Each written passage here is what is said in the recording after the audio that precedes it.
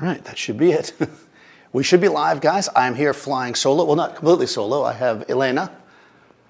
And I am Daniel Norton. Welcome to OnSet. No Seth this week, so I'm sure we'll get some criticism by Seth of how I do the switcher. But that's okay, as long as, we get through. So we're going to do some Speedlight shoots this week. But, I've done Speedlight. Let me know how the audio is, too. I'll check the thing in a second. I've done some Speedlight demos before, kind of like showing you what you can do with it. But then people always ask me specifically, if I can speak today, specifically, can you do this? Can you do that? So I'm going to do a few classic, like portrait and kind of fashion-y kind of lighting setups with the Speedlights and kind of show you what works, what doesn't work, how we can make it work based on our, what we got here. So before we get started, I already put in the description Elena's info. So because people are going to be like, model, and I will put it in the chat right now when I walk over to check. So if anybody's here in the chat, kindly, when the people come in 15 minutes late and start asking who the model is, please just put the link. Okay, so let me do that. Oh, lots of people. Hey, guys. Germany. All right, so here's the link. That should be a link. Okay, let's see. Thanks, Daniel. Okay, so I'm assuming this audio is perfect. Okay, perfect. Whew. All right, so I am having some issues with picture-in-picture, but we'll see if we can make this work. This is her Instagram, Elena's Instagram. Again, I just put the link so you guys can see it there. There's capture one. Let's see if I can get this back to me. All right, I'm going to try this. I was having some issues with the picture-in-picture, guys, but I'm going to give it a shot. We'll get rid of that. We'll go like this, and like this, and like that. And it didn't work. Okay, that's fine. We're probably just going to go picture and then me, probably not us at the same time, unfortunately. That's the capture one, and that's us. Okay. All right, so, and of course the heat comes on around time. I'm not going to go through all the what is a Speedlight, but if you guys do have questions, we can always kind of interject that a little bit. I mean, I'm going to do a little bit what is a Speedlight, but I'm not going to go crazy. So there are a lot of options when you're first starting in lighting as far as flash, and I often say a Speedlight is a good first choice because it is a flash that goes on your camera. So for the definition of Speedlight, in this case, it's a flash that goes on your camera, a shoe-mounted flash. We're going to mostly use them off camera. I'm going to close this door.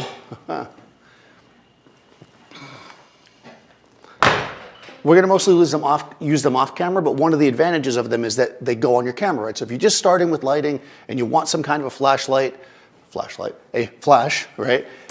This is a good option because you don't need anything else. I can literally put it on top of my camera and we can shoot and get shots. Now, there is a certain style of image where it's just kind of on camera, like hard flash. You've probably seen that before, right? Like real boom, shadows. I mean, I don't need to show you how to do that. You put the flash on the camera and you should, push it better. So we're going to mostly use it off camera. This particular flash can be used as a controller, so I'm going to control off-camera flashes with it. And we're going to kind of walk through and do a few different setups. Like I said, I will periodically go back and check the chat because, again, I'm here by myself. So, well, not by myself, but I don't have anybody working the computer. So be kind in the chat. All right. So number one, the first thing we want to think of when we're using Speedlights is that, or any flash, is we want to consider power, right? This is one of the drawbacks. One of the best things about Speedlights is their size, right? And often they can be radio controlled and they fit right on top of your camera. Downside is that they tend to be a little bit less powerful than, let's say, your studio style flashes, even the ones that are battery powered that we normally use, like the ProPhoto B10s, or something to that effect. So we're going to be limited on power, so we want to consider that if this is a daylight studio, if it was 12 noon in the summer and light was blasting through here, we might have trouble completely eliminating the light, where we'd have to be a little more in control of that. Fortunately for us, it is nighttime, or I don't know if it's fortunate because it's the winter and I prefer the summer, but it's nighttime and it's pretty dark in here, so it's not going to be an issue for us.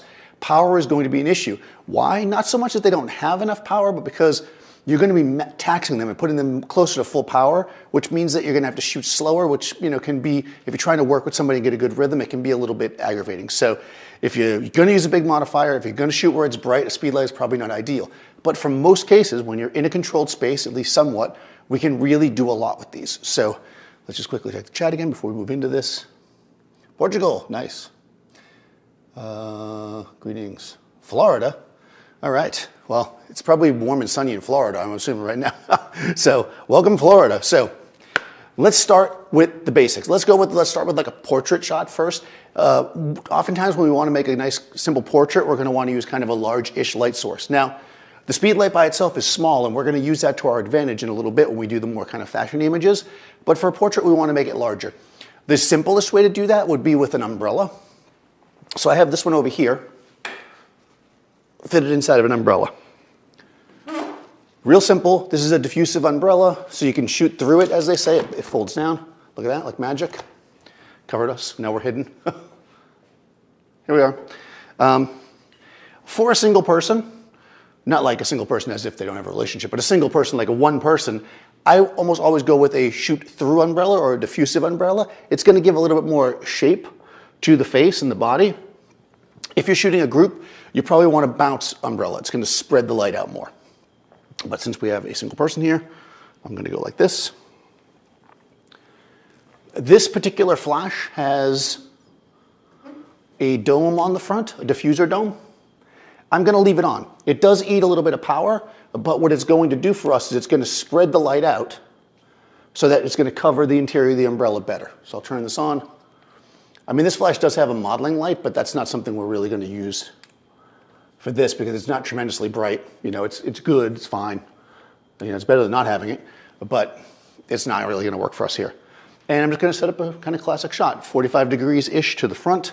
Always bring your light source slightly above your subject and bring it in.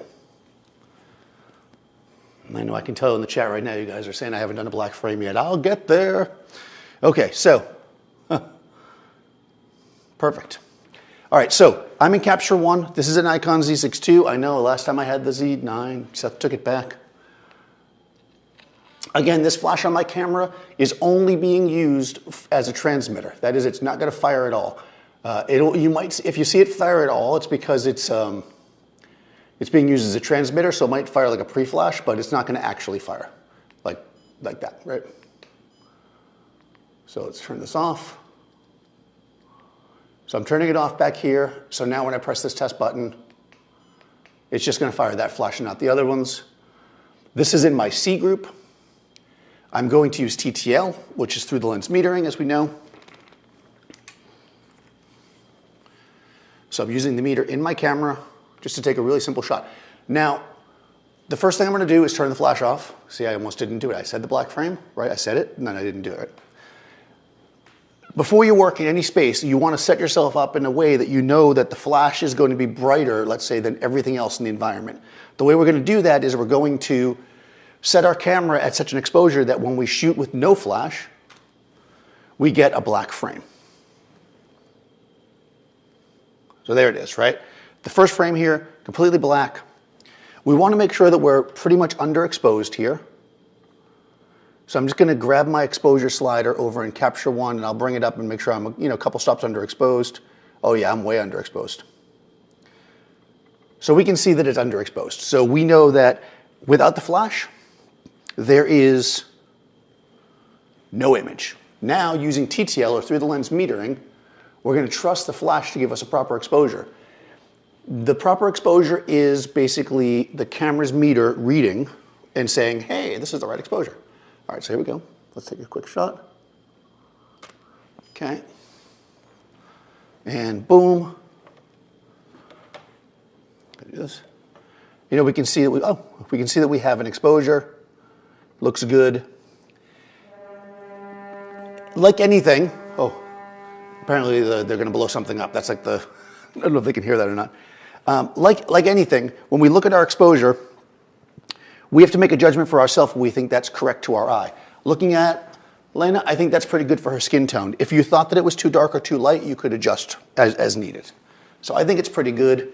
Let's do another one. I'm just going to adjust my, oops. Just going to adjust my camera here a little bit. There we go. Nice. Oh. Hold on. Yeah, there we go. Didn't take the shot. I fired too quickly. Well, let me do another one, guys. Good. Nice. Perfect. Okay, so again, looks good. Shaping the face, really pretty, simple, right? Nothing too crazy here. Real basic. Let me see if I can get this picture-in-picture working. That'd be, you know. Nope, does not want to do it.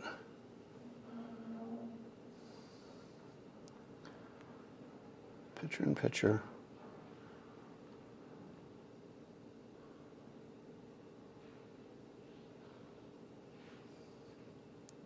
All right, no picture-in-picture, guys. We're just going to have to keep bouncing back and forth. So we can see that this is fine. It looks good. Nice and simple, right? That's already portrait number 1. Look at that, guys. Done. Yeah, click the like button. Thanks, guys.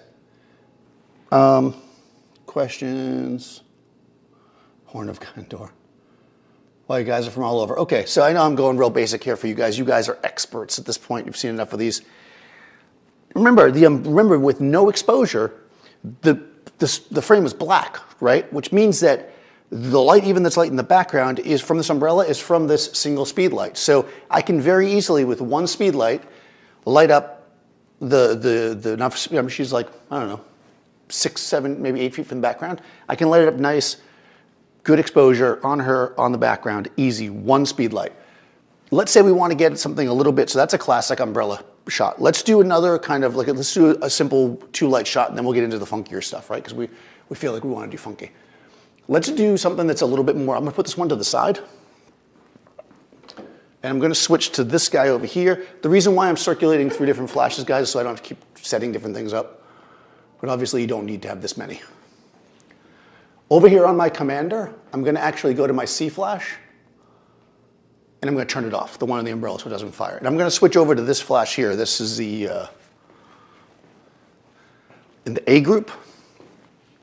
And I'll put this small softbox on here. This one is 1.3 by 1.3 feet. Somebody in there can do the math. You know, it's like Profoto can't do, like, I don't know, 1 1/4 or, you know, 1 1/2, or give the inches. It's got to be, you know, 1.3 feet. All right, so this is a smaller box. A smaller box is going to shape the face, make it a little more punchy, right? Let me switch to the overhead camera. I think that's better. There we go. Same thing here, though. I'm going to keep the same kind of direction of light so you guys can see the difference. What this is going to do is 2 things. It's going to make a tighter light, because, again, I'm only really lighting her face. And it's going to, because it's a softbox, it's going to allow me to probably keep the background a little bit darker, right? It's going to keep the light off the background a little bit. But let's just see. People always ask me why I leave the back open. It's because I'm lazy, to be honest with you, but, you know, we'll try to get a good shot here. All right, good enough. Again, small flash in a softbox. It's 6 a.m. Oh my God. What are my camera settings? Uh-oh. My camera is set just right. It's a 100 ISO, 200th of a second, 5.6. Somebody told me 5.6 and be there, so that's what I'm doing. I'm actually changing my autofocus for a second, guys. Let's see. Okay, so now it's just going to fire this one light. Yep, good. Get a little closer. And we're going to get, again, TTL, same exposure. Now what we're getting is kind of a punchier light like that. Let me just make a quick adjustment here. I'm having like a weird,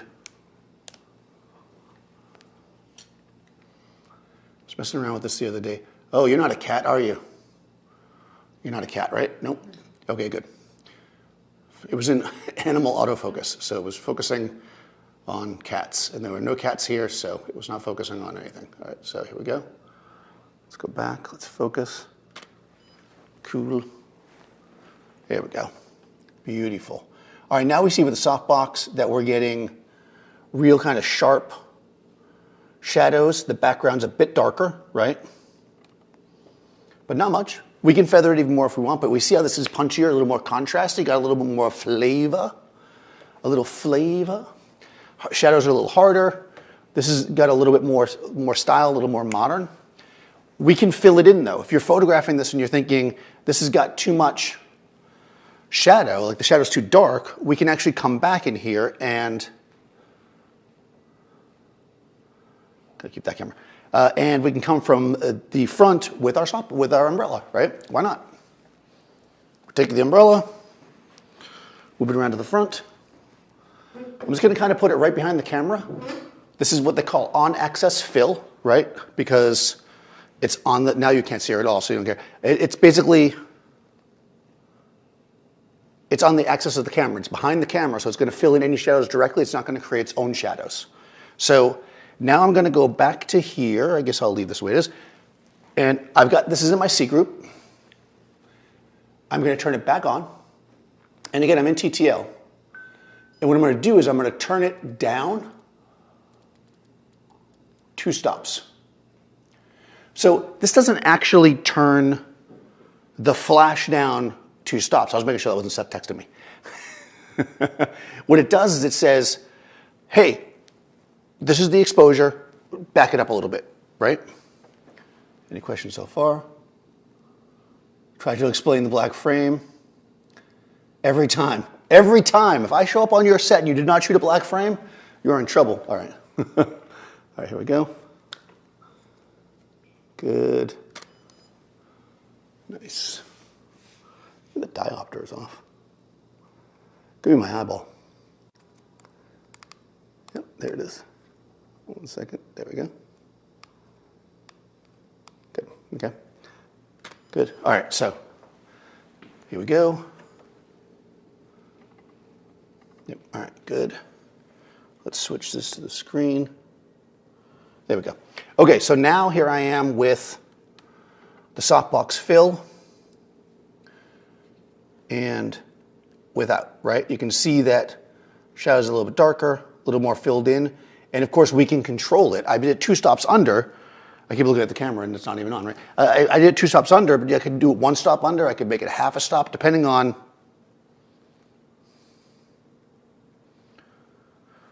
your what you like, right? We can mess with it. We can control this, creating kind of a more balanced portrait.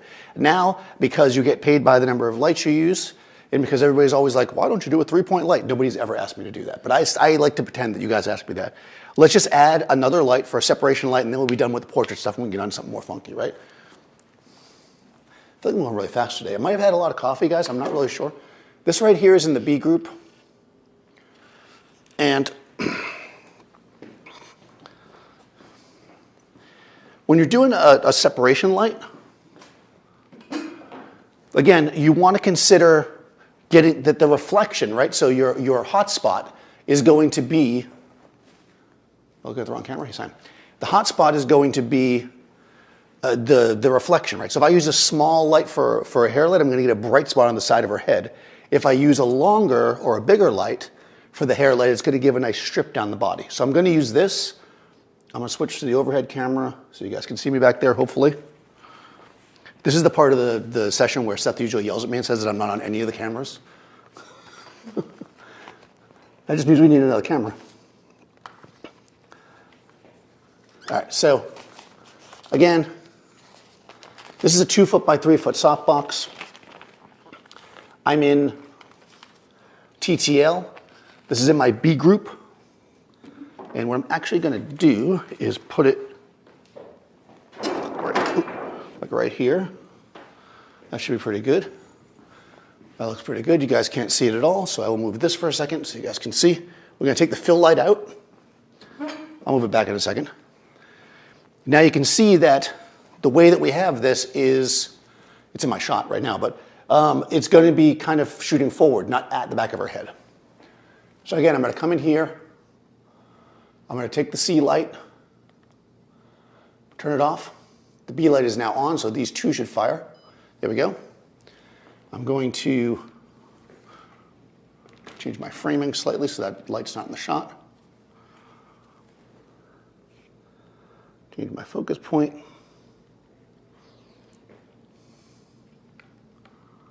Put it over here. Good, good, good. Here we go. There we go. And now what we're going to get is a nice, beautiful separation or hair light, right? Nothing, nice and easy.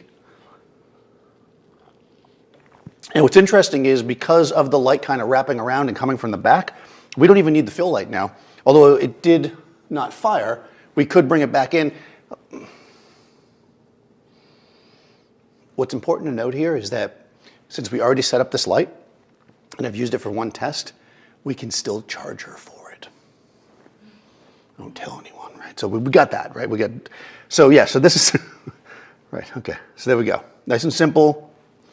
So we've got boom, boom, right? One light, two lights, three lights. Simple portraits, very nice.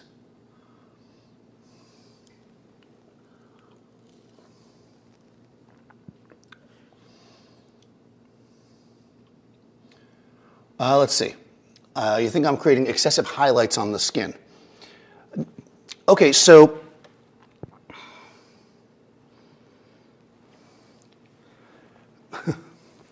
I'll do this for you, Fred. People, Lena, right, is three-dimensional. The way that we create 3 dimensions is highlight, neutral, shadow, highlight. If you completely wipe all the shadow off somebody's face, they look flat and unreal and, frankly, terrible. So, no, you're probably looking at this remember that whenever you're watching a live stream, you're looking at whatever bit rate is coming out of this thing and to your computer. What you want to do is make sure the highlight's not blowing out, like you said, but it is absolutely not blowing out. We can see there the numbers. There's no blowout in the highlight. If I thought that it was going to be a problem, oh, actually, sorry. I'm not picture in picture, so I can't do that. We can see it's not blowing out, right? It's close, but it's not blowing out. So if I thought it was a problem, would I do it in post? Absolutely not. What I would do is fix it now. Do I think it's a problem? No. I think it's fine. If she's young, she's funky. Are you funky? She's young, she's funky, she likes it. If you didn't want that highlight, now's the time to do it, not in post. And it would be simple enough to do. What I would probably do is one of two things. Either have her turn slightly away from the light, because the angle of incidence is the angle of reflectance, or I'd have her put powder on it. But since she's clearly wearing makeup that gives her a natural glow, right? Why would I get rid of that? I see so many times people do that. You're fighting the thing. She's here with the natural glow makeup. We want her to have that. So no, I wouldn't. How do I eliminate the hotspot? I don't eliminate the hotspot. White floor. Looks like a lot of new cleaning. Yeah, exactly. Mop is all we do. Okay. So just to show you, because since some people seem very concerned about this hotspot, go ahead and work your face slightly this way, right? And then come back with your eyes. What we'll find is that if we go like this, then the angle of incidence will change my focus. Oops, sorry. Okay. Now we can see, you don't have to worry about retouching, right? Basically, we can see that we want that highlight. There's detail there. And you can see it's much less than when she's dead on to it. I guess you were probably looking at that one. Right? Much less. So it kind of comes down to whatever style you like.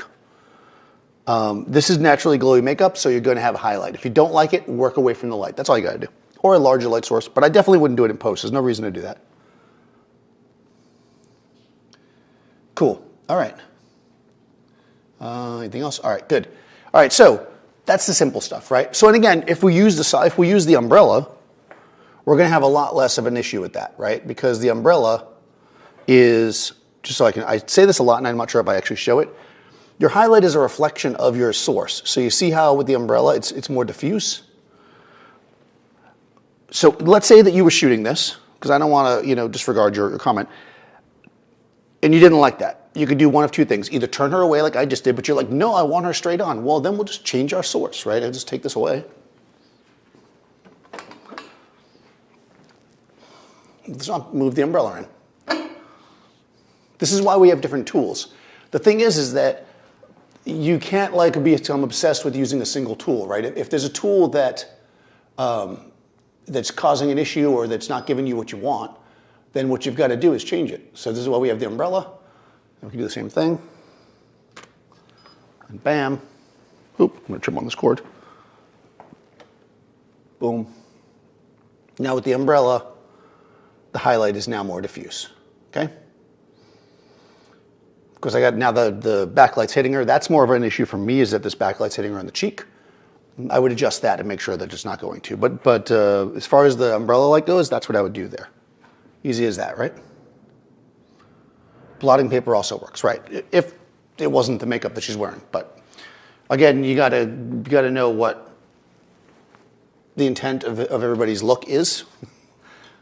I see this way too many people completely make people look flat, like they're some kind of cutout, like they're on the South Park cartoon. You know, it's like no detail, no skin tone, no highlight, no shadow. We want people to look like people. They need to have 3 dimensions. They need to have a highlight. You know, but yes, you could very easily fix it just by direction. And if you didn't have a choice, like let's say you shot that and you were looking at the back of your camera and then later you were like, oh man, you know, because that's a fair question as well. Let's come back up here to this. Okay, so let's say that you shot this and you're like, oh, you know what? Switch here. You're like, oh no, you know what? I really didn't want that highlight to be so bright. What am I gonna do? You know, you could, I'm in Capture One. You can jump in here, and they do obviously have, you know, the ability to pull it back with highlight correction. And even the whites would do it a little bit. Curves would work even better. There's lots of ways to do it. But I would watch out for it while you're shooting if you're not a fan of that. And also have a conversation with your subject, because they might want that shininess, right? That's part of the look. And if you're removing it in post, I mean, I've definitely heard I've had a lot of conversations with people who have been photographed and then they tell me, they're like, oh, the photographer completely changed my face. You might want to talk to people before you start changing their face.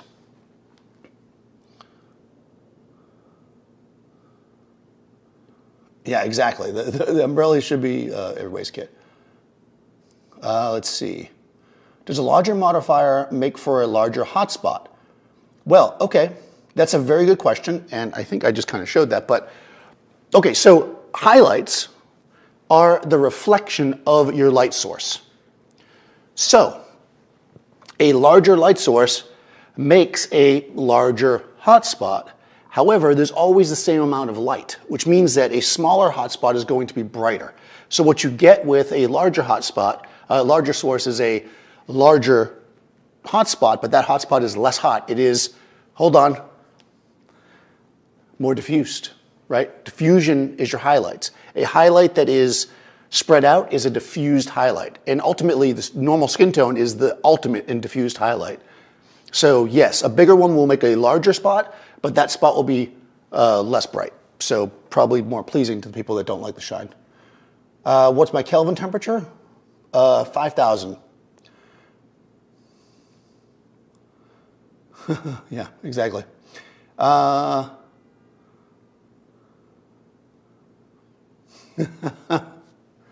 Some clients don't want, okay. I don't know. You do what the client wants, I guess. Okay, here we go. Let's get into something funkier. Let's start talking about, the highlight crew is really going to love this. Let's start talking about smaller and harder light sources. When we are creating images for more of what I'm going to call like a fashion feel, oftentimes we're going to use harder light sources. The reason why we're going to use the harder light sources, the smaller ones, is because a hard light source is going to bring forth the shadows. Shadows show texture, right? So if you look in fashion magazines, you look at fashion images, not the guy with the Instagram account that hashtags it fashion photography, like not that person. I'm talking about actual fashion images. You'll see that a lot of hard light used, and that's because, I mean, not always, but generally speaking, you get it because it shows texture. So when we're working with this kind of light, we want to think about direction. That direction is going to be important when we're using shadow, and we're going to fill in. So we're going to use some of the same types of things that we did here, but we're going to make it a little punchier.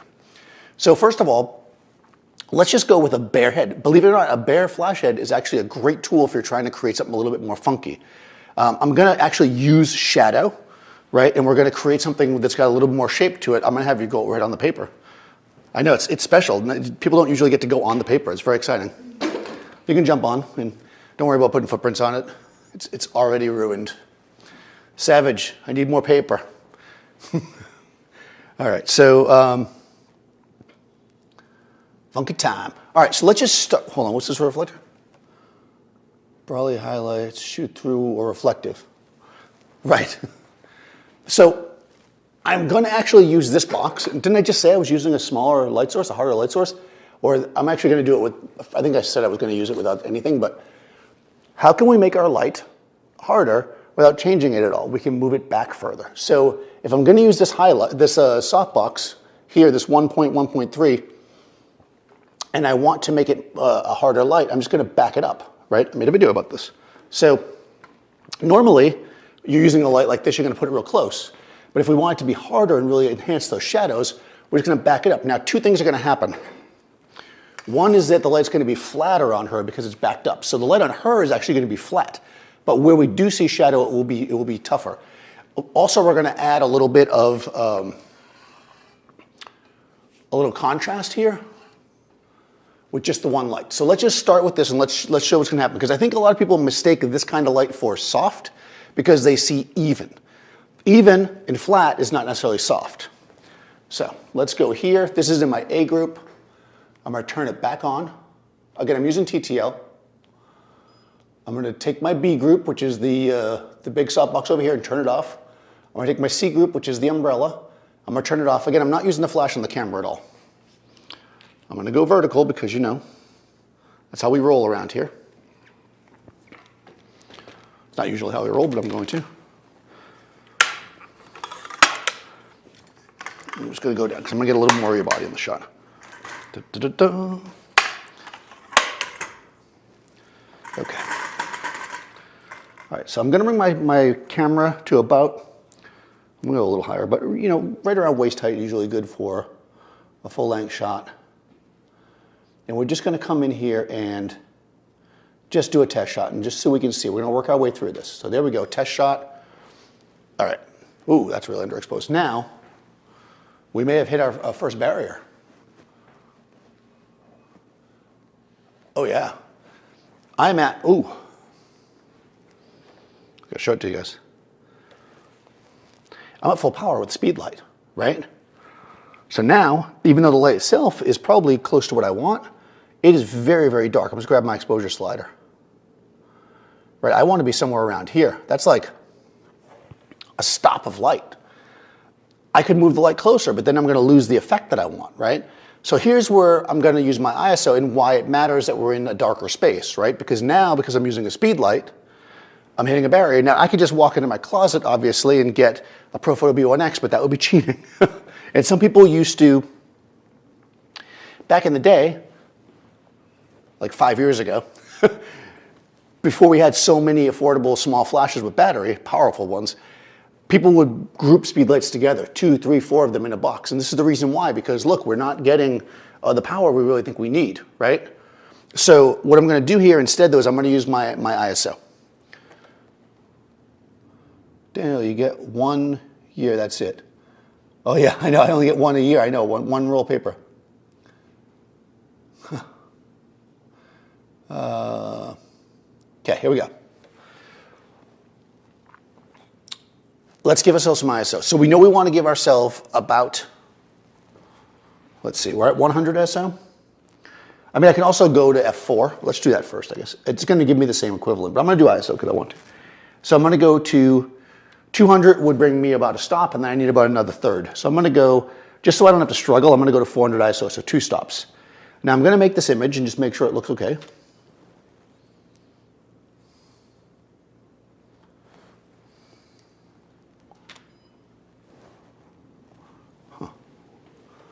Still looks dark. Let's quickly look at the light.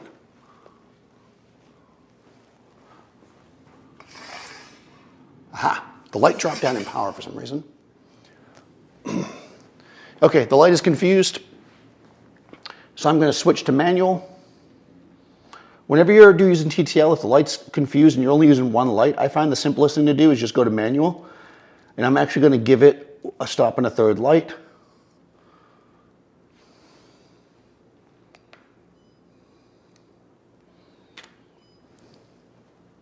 There we go. All right. I don't know where that was focused because I wasn't looking, but Now, we've given ourselves a stop and a third, and we can see that, look at this hard light, okay? You can see the detail. She has this black sweater, and it is black, right? But we can see the detail in it. That's what hard light will do for you, right? You can actually see that detail on the sweater. I don't know how well that translates over the Joe McNally style, yeah. Let's see. So we can see detail. This is kind of the key to the hard light, right? We want to use this hard light. It still has nice shape. Now, by the way, for the highlight people, you can still see we've got the highlight up there. It's a bit more diffuse because it's further away. This is where you're going to start looking at things like the inverse square law, right? If we move our light further away, it's going to make it harder, which is going to give us harder shadows, right? But it's going to spread out slower so that we're going to get a little bit more even light. So let me go back to it again. So we can see here,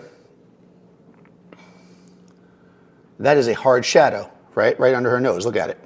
But because it spreads out slower, we're actually not completely blown out here, and we're getting bounce and everything else. So we can see on the background, we've got a pretty hard shadow on the back. It's giving some shape. It's pretty cool, right? So let's say that we like this. We like this kind of thing, but we feel like that it's a little too dark, or we're not loving everything about it, or whatever. What we can do is we can actually come in again and use the same techniques we're using. We can use like a fill light. So if I want a little bit more fill, I can bring this umbrella back in just like I did before. Now, when you're playing with shadows, you've got two options really. You can either place your secondary light at the same direction as the first one so that it kind of matches it, so your shadows kind of match together, or you can go straight on and just make sure you're not going to get any additional shadows. Since I'm throwing a shadow against the wall, I think I'm going to go for the first one because I don't want to risk it. So I'm going to bring this soft umbrella in. Now this might seem counterintuitive because I'm bringing the fill light in the same spot, but what the fill light's actually going to do is it's going to wrap around more. So I'm basically coming from the same angle, and I'm going to kind of bring it this way. Actually bring it behind it. It's slightly behind, like this. Remember, I want to keep that same angle as much as possible. We're going to go like this, and this light here is in my C group, if you remember. So we're going to get again, this is a softer light. It's going to wrap around. Switch over to the overhead camera while I set this up. Okay. I'm going to come into my C group. Actually, as usual, when I'm setting up multiple lights, I'm going to turn off my A light first, and I'm just going to turn the C light on. Now remember, I'm in manual for that, so I'm going to switch to TTL for a second, just so I can get a base exposure for my C light. Okay. So that's pretty good because it's a bit dark, and I want a darker light for my fill light. We can see, look at that, the shadow looks almost identical. It's a little lower, of course, because of the way it's going to wrap around. Oh, you can't see it because I didn't switch the thing. Okay. So we can see that shadow. It's the same, but lower, right? So now, what we're going to do, I think I'll leave the power the way it is. I'm going to switch everything to manual, back to manual. And I'm going to turn the A light back on. And let's see if we can get a nice tight shot here. Boom. There we go. Oh, yes. Beautiful. There we go. Now, we've still got this texture from the hard light, right, in the sweater. But look at, now we have nice clean light on the face. This is still hard light. Look at the shadow. But it's more filled in. And this is how we're able to create it. A lot of times you guys are looking at these images, let's say in magazines, and you're thinking, oh, that's a soft light. And the reality is, it's not. It's, in fact, a hard light with a soft light filling in. And that's how you're getting, there we go. I had to do a little, they can't see me because I'm on the camera. They missed my awesome posing. You missed my awesome posing, guys. Okay, but this is how we're able to get this kind of punchy hard light. I'm going to go back to a second, but still have the fill. So let's go back. You guys can take a peek, and we can see you know how nice this is, right? It's crispy. We can see detail. We got detail on the sweater. Then we got nice reflection off of the shiny pants. The face looks great because it's nice and shaped. We've got highlights, so it's three-dimensional. And essentially you're getting an image that has a little bit more flavor than just putting a softbox up.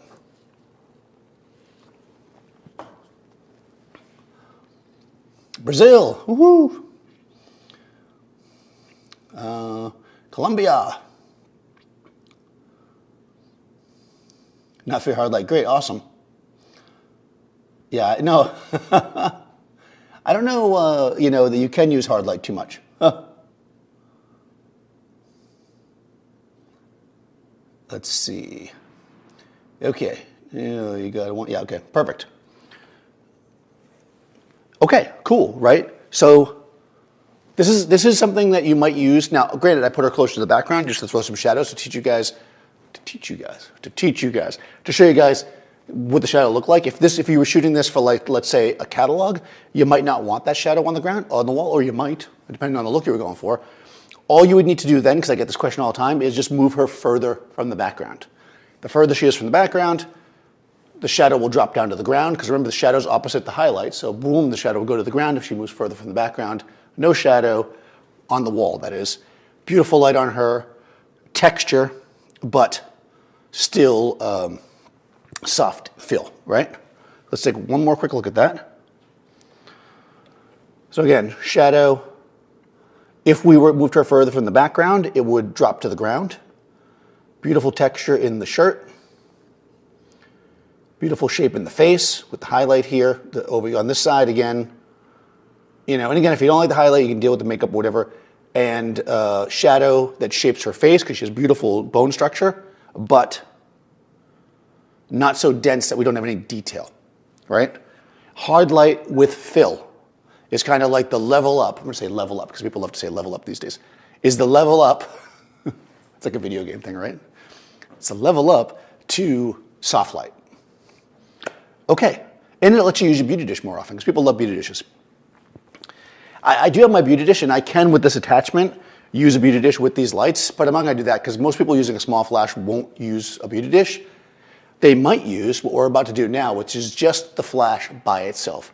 Let's see what we can get by just taking the hard flash and create something with a little bit more drama with some shadow and see if we can get a shot that works for us. So we're going to come over here. We'll take these out of the way again. Again, this one over here in the little softbox is in my A group. This one's in the C group with the umbrella. We'll take the umbrella off because I ran out of flashes. See, I was trying to use a different flash for each thing. Let's just look at this flash by itself. Again, this is the C flash. So I'm going to quickly go over here and take my A flash and turn it off. So I'm just using this. Let's try the exact same shot and see what it looks like. It might even be better. Could be. You never know, right? All right. So I'm even going to take this thing off. This is a dome that's going to help spread the light out. With this, and I also have a wide angle attachment to it. With this, the light's going to spread in multiple directions. If I'm in a large space, this is not going to do much. If you're near a wall or something, it will do it. I mean, it does diffuse the light, of course, which is going to help with any highlights, but I'm not going to worry about it too much. So what I say about being in a large space, guys, is that, remember, when you're inside of a softbox, like this just was, or inside the umbrella, that's a small space, right? So, spreads around, right? Same thing. All right, so I'm going to bring this up, and I'm going to bring it kind of over here. Point it like that. That's pretty good. Right now, the flash does zoom. The head zooms. I have it zoomed all the ways wide because I do want some of the light to wrap around her. Because what we're trying to do is get a similar effect, but with a punchier light. So again, I'm just going to go in TTL to get a starting place.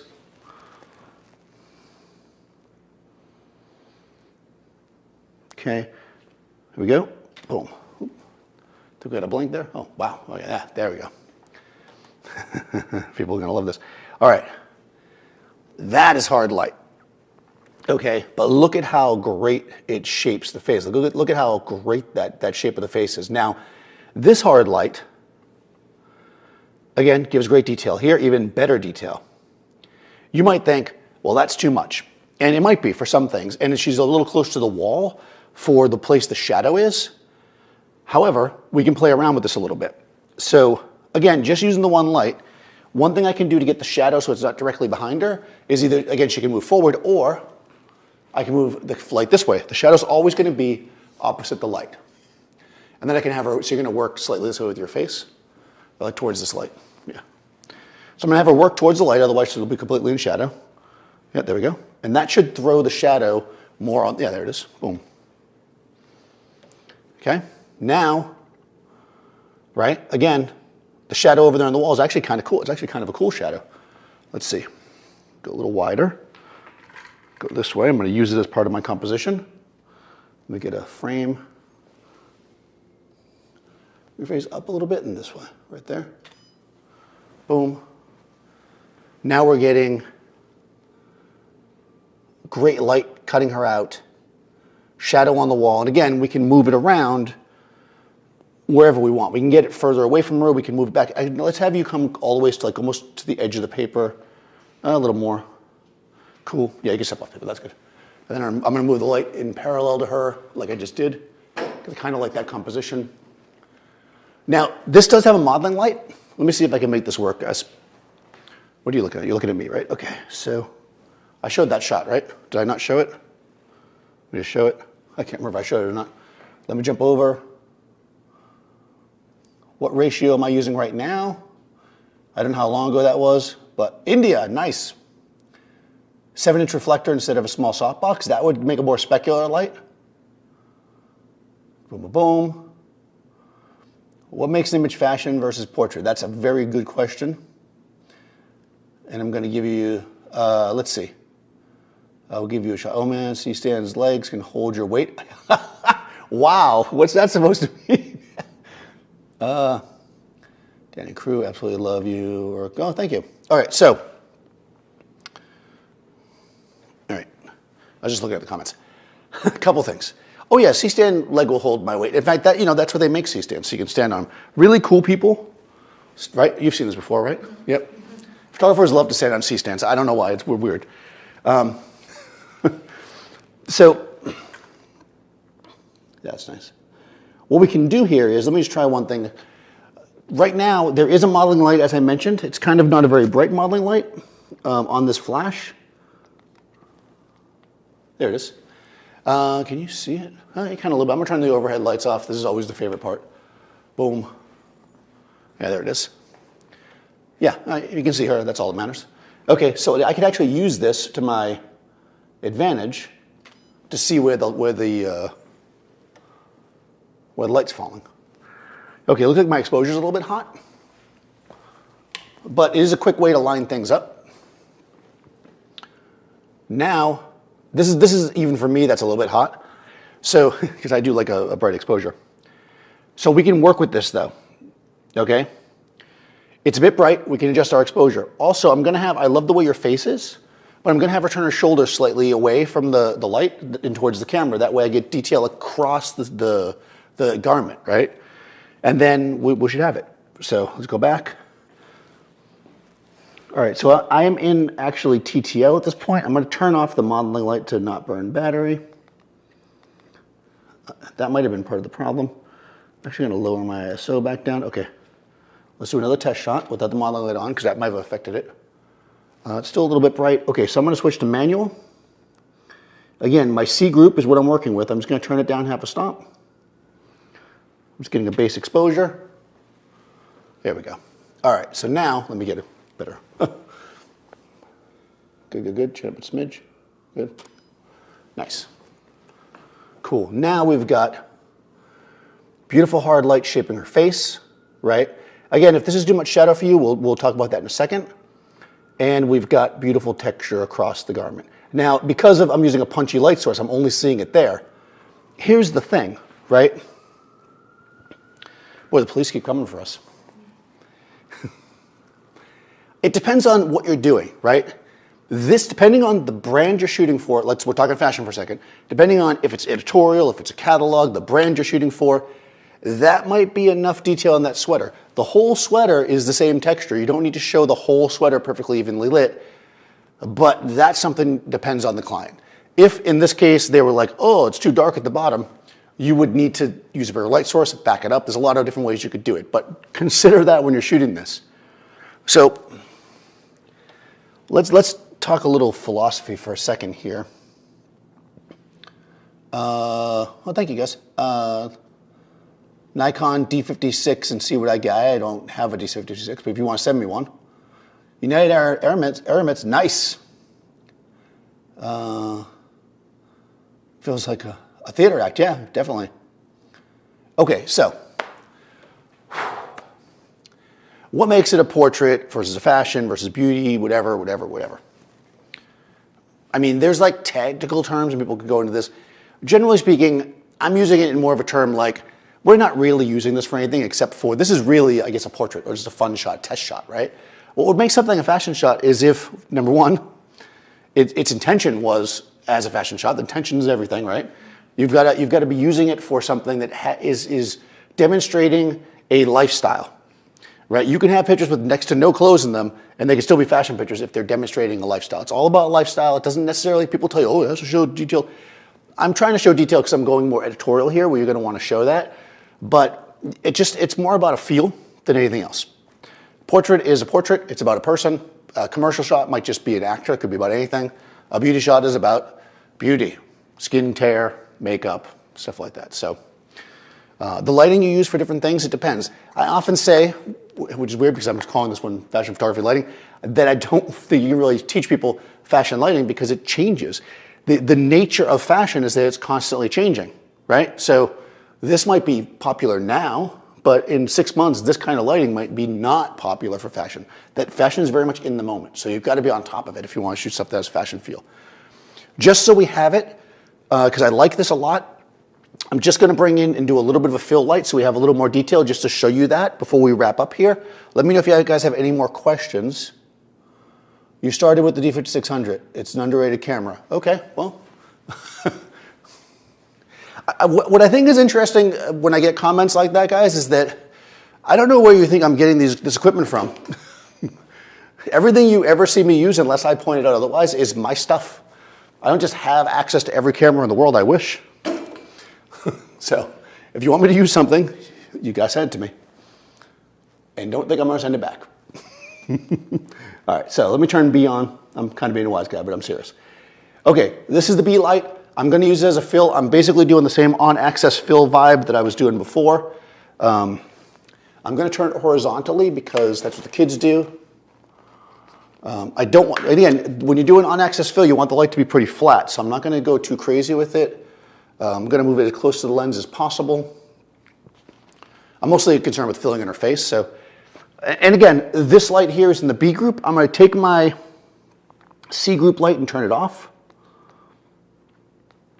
I'm going to go to the B group, and I'm just going to make a test shot. Okay?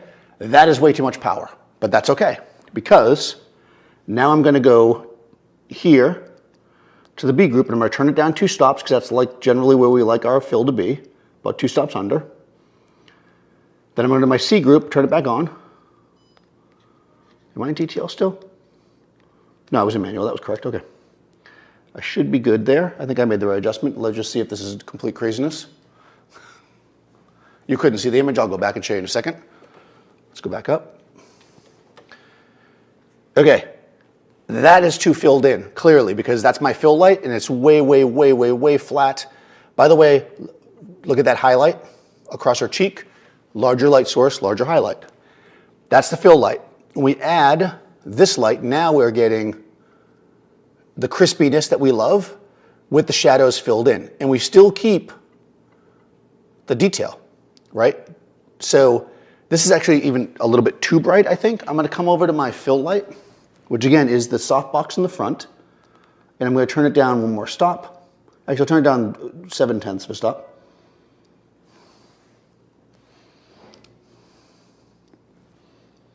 And here we go. Focusing, boom. There we go, nice. So, you know, I like the shadow. And there we go. We got the hard light with all the texture, and we've got the fill so our shadow's not completely black. This gives us the options, right, to show more detail. Let me quickly take a look. I'll show it to you again. That is with the fill. That is without. Now, insofar as like post-production, lighting after dark. Hello.